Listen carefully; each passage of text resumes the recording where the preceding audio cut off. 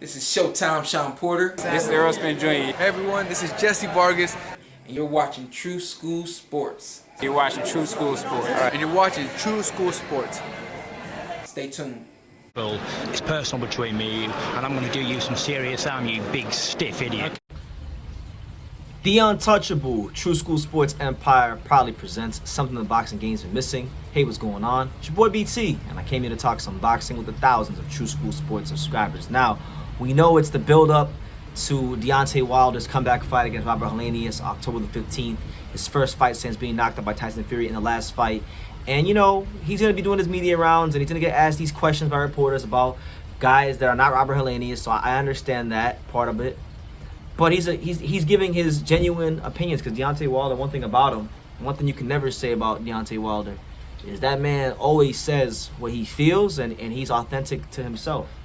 You know what I'm saying? So, with that being said, and with that being established here on True School Sports, Wilder was talking to Brian Custer on the Last Stand podcast, and Deontay Wilder was obviously asked a question about Anthony Joshua. Now, we know that Wilder and Joshua have a lot of history. This goes all the way back to 2018 when both guys were undefeated and they could have fought for undisputed. And there was a lot of just bad business, I think, on both sides. But truthfully, speaking as somebody who followed that daily for like the whole year of 2018, I genuinely believe Wilder and his people are the main reasons why the fight didn't happen. So he was talking to Brian Custer.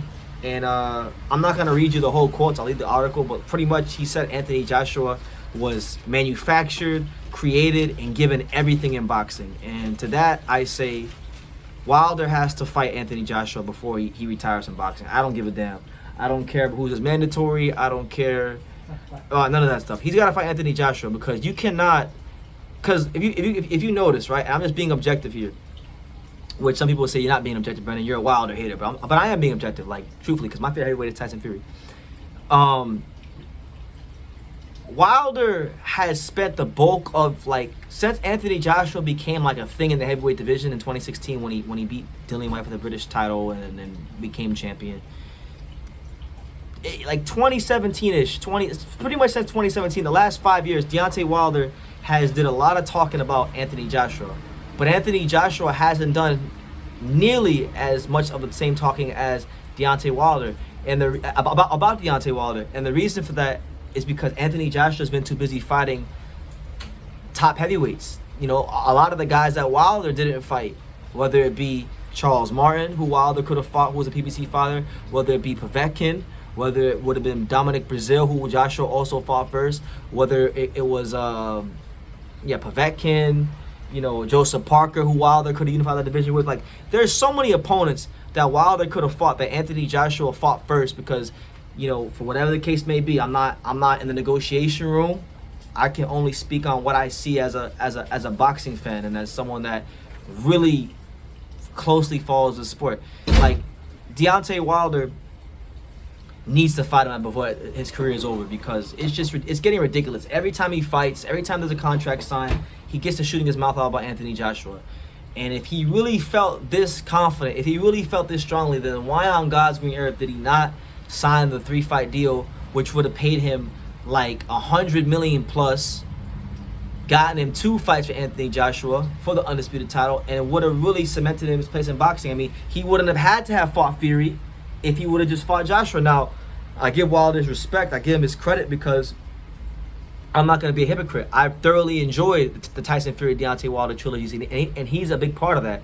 You know, so I give him his respect for making the Fury fights happen 3 times, and they were all great. And I really feel like him and Fury set a good example to like these dudes like Crawford and Spence that take forever to make one fight happen. They made 3 fights happen in the span of what? They fought 2018, 2019, 2021. 3 fights. Was that? That's 3 fights basically in about what? 4 years, 4 years. So they really, he's really been a big part of modern boxing history. So I give him his respect. I've met him in person, great person, smarter than most people give him credit for. That's for sure. After talking to him, I went to the Stavern rematch, one of the best fights I ever went to live. It was fun. It was fun to be there. So I've enjoyed a lot of what Deontay Wilder's done. But I'm just getting sick of it. I'm getting sick of it, and I have to call it out. He is always mentioning Anthony Joshua. He's always putting Anthony Joshua down. Yet, when we actually look at who has done what in the boxing ring, and I give Wilder his credit. He defended the belt a whole truckload of times, showed that consistency, so he gets credit for that. But when we talk about level opposition, the guys he fought, all right, and it's not like, you know, Wilder has had a chance to fight a lot of these guys on Joshua's resume. He's had more than enough opportunities to fight a lot of these guys on Joshua's resume. I mean, Joseph Parker literally went to Alabama with the WBO belt and was trying to get you to fight him. The fight never happened. Same goes for Povetkin, who there was a whole Meldonium situation, but you still could have fought him. You fought Luis Ortiz. You fought Luis Ortiz, who tested positive for something, and you gave him 2 opportunities. You didn't even give Povetkin 1 opportunity. You know, just a lot. I mean, it's just getting ridiculous, man. It's getting ridiculous. And if Deontay Wilder, I mean, he'll always have my respect because he went out on his shield in the 3rd fight. He's getting boxing fans a lot of great fights, and the heavyweight division is much better with him than without him. That's for damn sure. But if he never fights Anthony Joshua after all this talking, all this hooting, all this hollering, oh my God, bro, it's just getting ridiculous. Because I've had to hear it for years from people about how Wilder would do this to Joshua and how Wilder would do that to Joshua, and I don't believe it.